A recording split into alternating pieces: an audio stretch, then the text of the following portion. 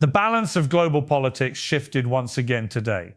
In the early hours of March 8, 2026, Iran's powerful Assembly of Experts, the clerical body responsible for choosing the country's supreme leader, reached a crucial decision.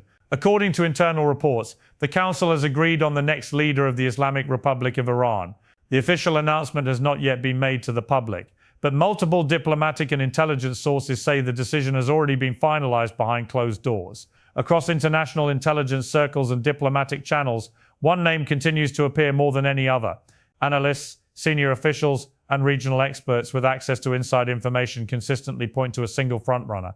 Mojtaba Khamenei, the 56-year-old son of the late Supreme Leader Ayatollah Ali Khamenei, who was reportedly killed in recent US and Israeli strikes only days ago, his possible rise to the highest position in Iran's leadership would represent a dramatic and historic shift in the country's political structure. But there is another development that has shocked observers around the world, a statement that has received far less attention than it deserves. Just 72 hours earlier, on March 5th, during an exclusive interview with Axios, US President Donald Trump made a comment that quickly spread through diplomatic circles. Looking directly at the camera, he stated, "I have to be involved in the appointment." With that short sentence, the President of the United States suggested that Washington should play a role in the selection of Iran's next supreme leader. For many analysts, those words have raised serious questions about the future direction of US-Iran relations and the stability of the region in the days ahead. Foreign policy statement any American president has made in the modern era. And it is happening right now as Iran simultaneously selects that very leader, defying everything Trump said.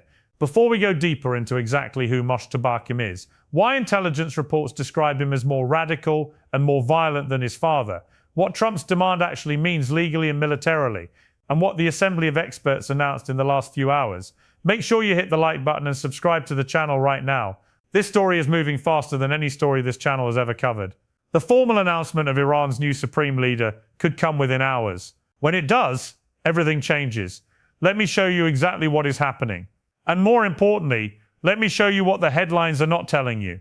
Ayatollah Ali Khamenei served as Iran's supreme leader for 34 years. He was killed in US and Israeli strikes during the opening phase of what the Pentagon calls Operation Epic Fury, which began on February 28, 2026. His death created the most significant leadership vacuum in the Islamic Republic's history. The Assembly of Experts, a body of 88 senior clerics, has the sole constitutional authority to select his replacement. March 1st, Khamenei confirmed dead. Iran enters emergency governance mode. March 3rd, multiple media sources identify Mojtaba Khamenei as frontrunner. Assembly members begin gathering. March 4th, Fox Live now reports Iranian sources say consensus is forming. March 5th, Trump tells Axios he must be personally involved in this election, says Mojtaba is unacceptable. March 7th, sensitive Assembly of Experts members say a decisive majority is forming. March 8th, today, the Assembly of Experts announces consensus has been reached. Name to be formally announced. That is the setup. Now, the documents I have been going through every verified source on this story since this morning. Let me show you what the actual reporting says, not the headline version. First, Al Jazeera reporting today, March 8th, states, quoting directly, officials say a candidate has been picked based on the late Supreme Leader's own advice that he should be, quote, hated by the enemy. Read that again. Khamenei, before his death, left instructions. His chosen successor should be someone who is, in his own words, hated by the enemy, specifically hated by the United States and Israel. Mojtaba Khamenei is described by ABC Australia, quoting intelligence assessments, as holding extremist and anti-Western views and being more violent and ideological than his father. This is not a moderate replacing a hardliner. This is a hardliner replacing a hardliner. And the intelligence community believes the replacement is more dangerous. Second, Reuters also today confirms the Assembly of Experts Secretariat, Ayatollah Hosseini Bushiri, is expected to formally announce the successor soon. Members stated the process is complete. Third, the New York Post reports, quoting an Assembly member directly, that the group has reached consensus and that the decision was made using what they call a remote voting procedure, meaning even Assembly members who cannot physically reach Tehran due to the ongoing strikes participated digitally. Put those three together. A decision has been made. The candidate was chosen specifically because he is hated by the US. And the process happened even under active bombardment. Iran did not pause. Iran did not negotiate. Iran chose its next leader while bombs were still falling on Tran. That is the story. Nobody is giving you enough space to understand. But here is what got me. I went back to the Wikipedia entry on the 2026 Iranian Supreme Leader election, updated in real time by editors tracking official sources. It states this, and I want you to read carefully. By March 3rd, 2026, several media sources stated that Mojtaba Khamenei was the frontrunner with a formal announcement expected imminently. Notably, while Kham Sr. may have advised picking a candidate not endorsed by the US, he was reportedly deeply opposed to the appointment of his own son. Read that sentence again. Kham Sr. reportedly opposed his own son becoming supreme leader. And yet, according to multiple intelligence assessments, his son is about to be named exactly that. Why does that matter? Because it tells you that the faction inside Iran that wants maximum confrontation, not de-escalation, is the faction that just won the internal power struggle. This is the detail that changes the entire picture. Now, what nobody is covering, while global media focused on the announcement itself, something else happened simultaneously this morning. Iran's official news agency, in the same broadcast window where the consensus announcement was made, released a statement from an unnamed senior assembly member confirming the following. The new supreme leader, whoever is announced, has already been briefed on Iran's current military posture. He has already received a full intelligence briefing on Operation Epic Fury's progress and weaknesses. And he has already signaled to the assembly that Iran will, quote, continue resistance at every level. This is not a caretaker leader waiting for peace talks. This is a wartime supreme leader who accepted the position knowing exactly what he was inheriting. And Trump wants to veto his appointment. Fallout has already started. Within hours of the consensus announcement becoming public this morning, the White House issued a statement saying the United States does not recognize the legitimacy of any leadership process inside Iran that is not freely chosen by the Iranian people. Israel's Prime Minister Netanyahu released a statement within 90 minutes saying, quote, Iran's new leadership will be judged by its actions, not its titles. The UN Secretary General called for an immediate ceasefire to allow Iran's political transition to proceed without military pressure. And Trump posted on Truth Social at 7:43 a.m. Eastern, quote, Iran just picked a leader. Wrong choice. Should have listened to me. Very bad for Iran. That post was live before the official name was announced. Read that carefully. Trump posted a reaction to Iran's new leader before the name was made public, which means either the White House has intelligence about who is selected or Trump is reacting to the identity of the frontrunner that has been publicly reported. Either way, the reaction was immediate, personal, and hostile. Okay, but I have to be fair here. The other side has a point. Several points, actually. First, Trump's demand to be involved in selecting Iran's leader, while extraordinary, may be rooted in real politics rather than arrogance. The argument from his supporters is this. The United States is currently conducting active military operations inside Iran. The outcome of that war depends in part on who leads Iran next. If Iran selects a maximalist hardliner who refuses all negotiation, the war continues indefinitely. If the new leader signals any openness to a deal, there is an off-ramp. Trump's insistence on involvement is in this reading not imperial overreach, but strategic engagement.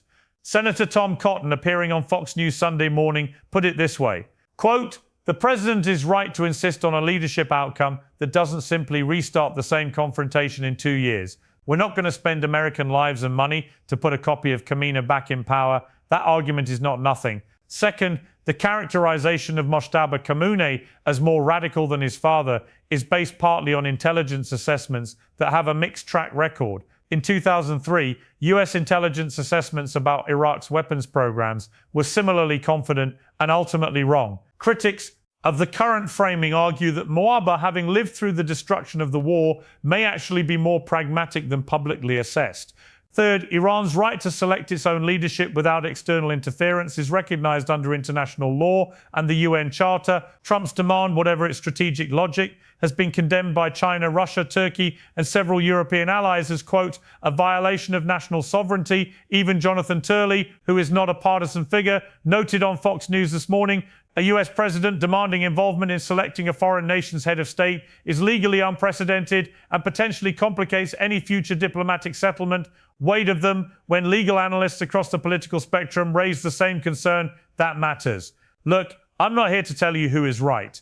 If you read this as Trump exercising maximum leverage during a military campaign to shape the post-war order, the evidence supports that reading. If you read this as an extraordinary overreach that will harden Iranian resistance, unite Russia and China behind Tan, and make the war longer and more expensive, the evidence supports that reading too. Both can be true simultaneously. That is what makes this moment so genuinely dangerous. This didn't come out of nowhere. Backstory. For 34 years, Ayatollah Ali Khamenei was the constant in Iranian politics. Presidents changed, wars started and ended. Nuclear negotiations collapsed and restarted. Khamenei remained. His death created not just a leadership vacuum, it created a power competition between three factions inside Iran. Faction 1, the pragmatists, led by figures connected to former President Rouhani, who believe Iran's survival requires a negotiated settlement with the West. Faction 2, the revolutionary hardliners connected to the IRGC and Mojtaba Khamenei, who believe concession is defeat and that Iran must fight until America retreats. Faction 3, a small but influential middle group that believes Iran should pursue nuclear deterrence as the only credible protection against regime change. But the selection of Mojtaba Khamenei, if confirmed, means Faction 2 won, and Faction 2's platform is simple: no surrender, no negotiation under fire, and eventually nuclear deterrence as the ultimate guarantee. That last point is the one that keeps US intelligence analysts awake at night. Wednesday, 6:17 a.m. Eastern. Here is exactly what happened today. Iran state media interrupted regular programming. An Assembly of Experts member, Ayatollah Mohammad Mehdi Mabari, appeared on screen and stated, quote, "The group that will choose Iran's next supreme leader has more or less reached a decisive majority consensus." The word decisive was added by Mirbag Hari. It was not in earlier statements. That word is diplomatic language for the decision is made. The announcement is coming. Simultaneously, two separate intelligence officials cited by Reuters in Brussels and Washington confirmed the same information through different channels. By 7:00 a.m. Eastern, every major intelligence agency in the world was on emergency status, and Trump was already posting on Truth Social. Now, what everyone missed, while global media focused on the consensus announcement, something else happened in the same window. Iran's foreign ministry issued a statement not about the supreme leader selection, but about Trump's demand to be involved. The statement read, quote, "The Islamic Republic does not recognize the right of any foreign power, particularly the aggressor currently bombing our cities, to have any role in the internal affairs of our nation. The selection of our leadership is a matter for the Iranian people and their religious institutions alone." That statement was coordinated. It was released at the exact moment the consensus announcement was made. Both statements went out together. That is not coincidence. That is a message. Iran is telling the world and telling Trump directly that the new supreme leader is being selected specifically in defiance of American demands. This is where it gets consequential, because if Mojtaba Khamenei is formally announced as supreme leader in the next few hours, and Trump has already publicly called him unacceptable, then the United States is in a position where it has declared the leader of a sovereign nation illegitimate before that leader has made a single decision. That creates a new phase of the war, not a military phase, a legitimacy phase. And legitimacy phases are harder to win. What are experts actually saying? Dr. Karim Sajadpour, senior fellow at the Carnegie Endowment for International Peace, posted this morning on X, quote, "Moshe Khamenei inheriting power in the middle of a war is the worst possible scenario for de-escalation. He has everything to prove and nothing to lose by escalating. He will want to establish his credentials through confrontation, not compromise. Plain English, a new leader in a war always escalates before he negotiates. Every military historian knows this pattern." Second, former CIA Director William Burns speaking at a Council on Foreign Relations event via video this morning. The selection of Iran's new supreme leader under these conditions, mid-war under bombardment, in defiance of explicit American demands, is a signal that the faction inside Iran that wants prolonged resistance has won the internal argument that has implications for how long this war continues. Third, this is the one that surprised me. Former Trump National Security Advisor John Bolton speaking on Fox Business. Trump's demand to be involved in this election is not crazy. It's actually the only leverage point we have. The problem is that by stating it publicly, we've given the hardliners the political ammunition they needed to justify selecting exactly the person we didn't want. When John Bolton says Trump's approach may have backfired, pay attention. Consensus forming among professionals, Mojtaba Khamenei is the likely selection. He is assessed as more hardline than his father. Trump's public demand to veto the selection may have accelerated his appointment rather than blocked it. And the formal announcement is expected within hours. Why should you care? Real talk. Your money. Oil markets open today with Brent crude up $14.70 per barrel. That is an 11% spike in a single morning. The Strait of Hormuz, through which 20% of the world's daily oil supply passes, becomes significantly more dangerous if Iran's new leadership commits to military escalation. If the strait is disrupted for 30 days, economists project US gas prices between $6 and $9 per gallon. Every supply chain that moves physical goods gets more expensive. Your grocery bill, your heating costs, your transportation costs, all of it connected to what happens in the next 48 hours. Your security. There are currently 40,000 US military personnel stationed across the Gulf region. 6 of them came home in flag-draped coffins this week. If Iran's new supreme leader commits to maximum resistance, and the intelligence assessment says that is exactly what Mojtaba Khamenei will do, those 40,000 personnel remain in a war zone under a leadership structure that has zero interest in de-escalation precedent. If the United States publicly demands veto power over a foreign nation's leadership selection and fails to prevent the appointment of the candidate it opposed, the credibility cost is enormous. Not just with Iran, with every nation watching. China is watching this to understand how America behaves when it cannot control outcomes. Russia is watching. North Korea is watching. The message that America's red lines can be crossed with consequences that are managed rather than absolute will shape foreign policy decisions across the globe for a decade. Who is affected right now? Immediately, the 83 million people of Iran living under bombardment now have a new supreme leader who was selected in the middle of a war under the most extreme conditions in the Islamic Republic's history. The families of 6 American soldiers killed in Kuwait this week, whose loved ones died in the opening phase of a conflict that may now enter a new and more dangerous phase. The governments of Qatar, Kuwait, and the UAE, all of which have US bases on their soil, and all of which have already been targeted by Iranian missile strikes, and every person in the world who depends on the global economy functioning, which is everyone. How has Trump responded, and did it make it worse? Honestly, yes. Trump's Truth Social post at 7:43 a.m. Iran choice should have listened to me. Very bad for Iran was retweeted 140,000 times in 45 minutes. It generated an immediate statement from Iran's foreign ministry calling it childish provocation from a war armonger. It generated a statement from China's foreign ministry warning that external interference in Iran's internal political process is unacceptable. It generated a statement from Russia's foreign ministry saying the US was disqualifying itself from any future role as a mediator. 3 governments, 3 hostile reactions within 90 minutes of a Truth Social post. The White House then issued a more formal statement at 9 a.m. Eastern, carefully worded, saying the US does not recognize any leadership process that does not reflect the will of the Iranian people. That statement was calibrated, measured. The gap between the Truth Social post and the official White House statement is the gap between impulse and strategy. And right now, in the most dangerous geopolitical moment in a generation, that gap matters. Secretary of State Rubio, speaking to reporters while boarding a plane to Tel Aviv for emergency consultations with Netanyahu, was asked directly, "Does the United States accept Mojtaba Khamenei as Iran's new supreme leader?" He paused, then said, "The United States will judge Iran's new leadership by its actions." He took no further questions. That sentence, "judged by its actions," is the most important diplomatic communication of the day.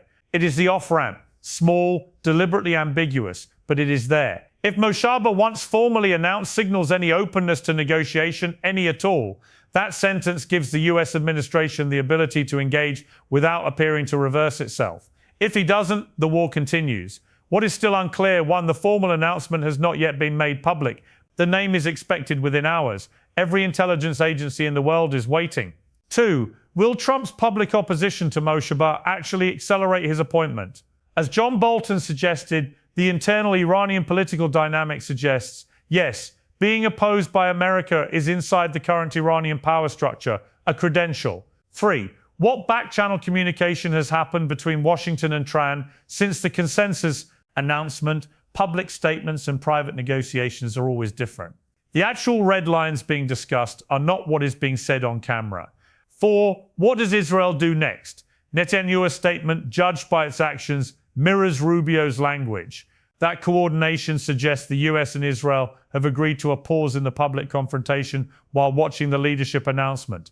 But Israel has a documented history of acting independently when it believes deterrence requires preemption. Coming dates to watch today: March 8th, the formal announcement of Iran's new supreme leader is expected within hours.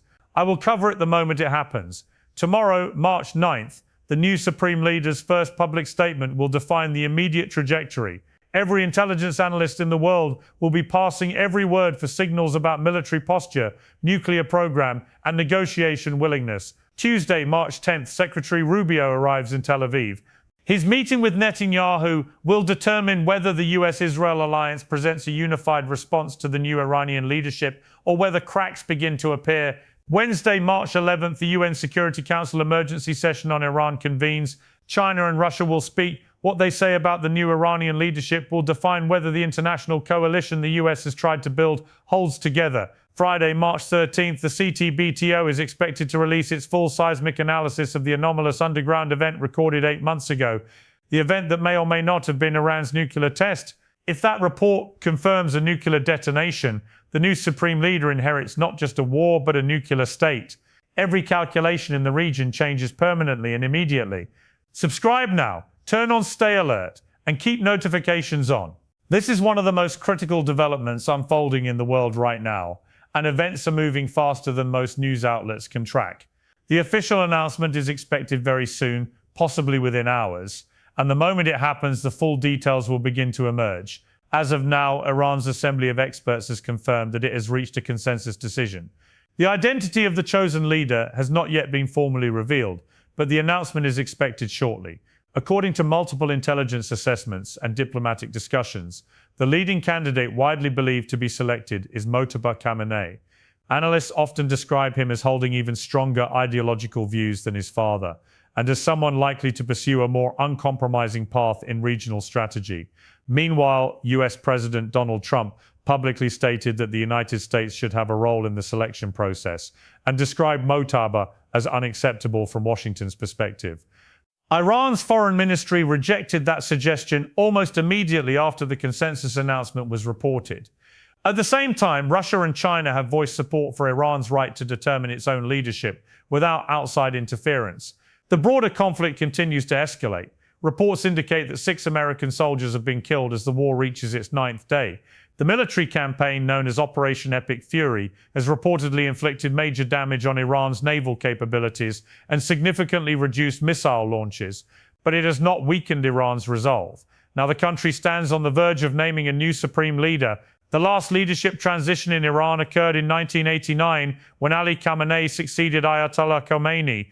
At that time, it took years for the world to fully understand how that change would shape Iran's future. This time, the situation is very different.